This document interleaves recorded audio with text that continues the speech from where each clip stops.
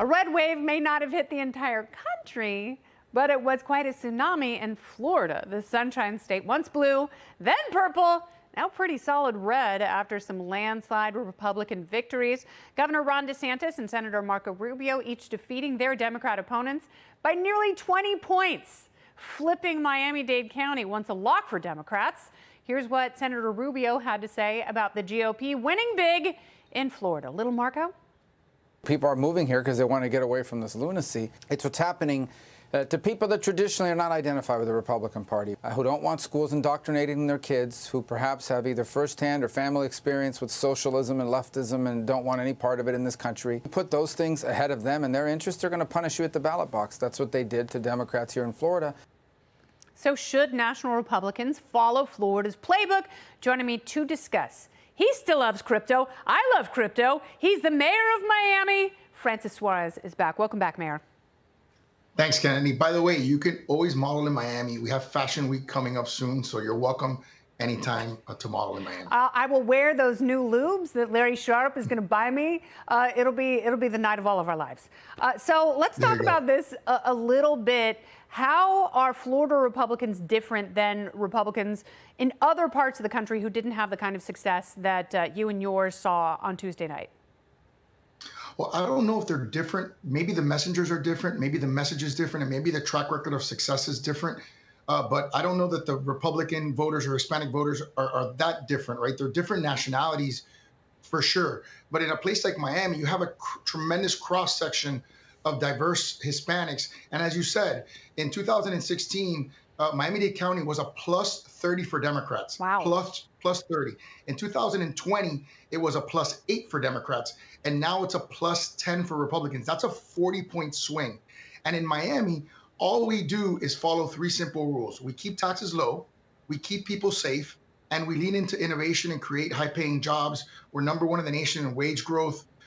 We have an unemployment rate of 1.4%, and we were ranked the happiest city in America and the healthiest city in America. I wish Eric Adams would take a trip to Miami. I don't care if it's a 6-month sabbatical. I wish they would look at that model truly and just mimic that. You know, it's like taxes in New York are sky high, probably the highest in the nation. You've also got crime that's soaring. Schools are ridiculous. I mean, it's, you know, yes, we complain about the public schools. The private schools are actually worse.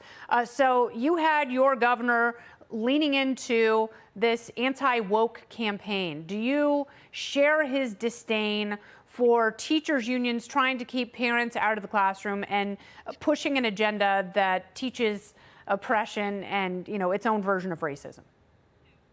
Yeah, in Miami, we are definitely not woke. There's definitely no wokeism here in Miami.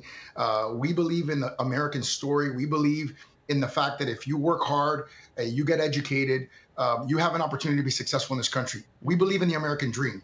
And we don't think that this country is perfect, but we think that this country is amazing. We think this country is the biggest beacon of liberty and opportunity in the world. Yeah. And we're blessed because we're here. And there's so many people that want to be here to have the ability to be prosperous. And that's something that as Miamians, many of which are first generation or second, I'm a second generation American.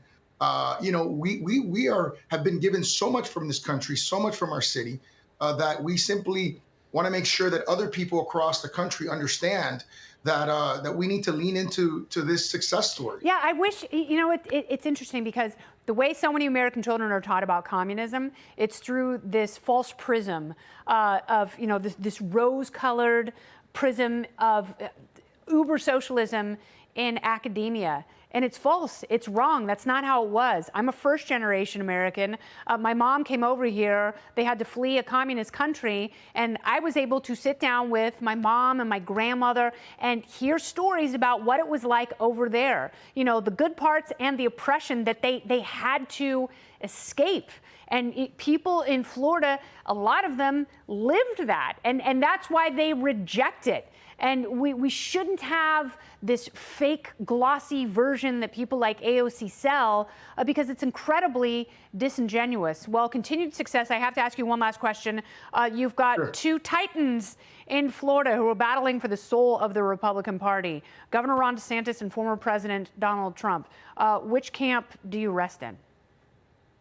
Well, I rest in the camp that I don't want to upset any potential future voter of mine. So, but look, just to go back to what you were saying before, in Miami, we're shaped by our origin story, which is, in my case, like yours. My dad came when he was 12. My mom came when she was 7, fleeing a country where the leader promised everyone who gave their property and their businesses over to him that they would create equality. And he did. He created equal misery for everybody. Yes. And unfortunately, the Democrats believe that if you continue to grow government all the way to its logical extension as a solver of all problems, that it's going to create success. And all it's done in the history of humanity is create failure and oppression and misery. Absolutely right. It is the creator of problems. Mayor Suarez, always good to talk to you. Thank you for your time. Thank you. Yeah, let's go party in Miami. I'll do it.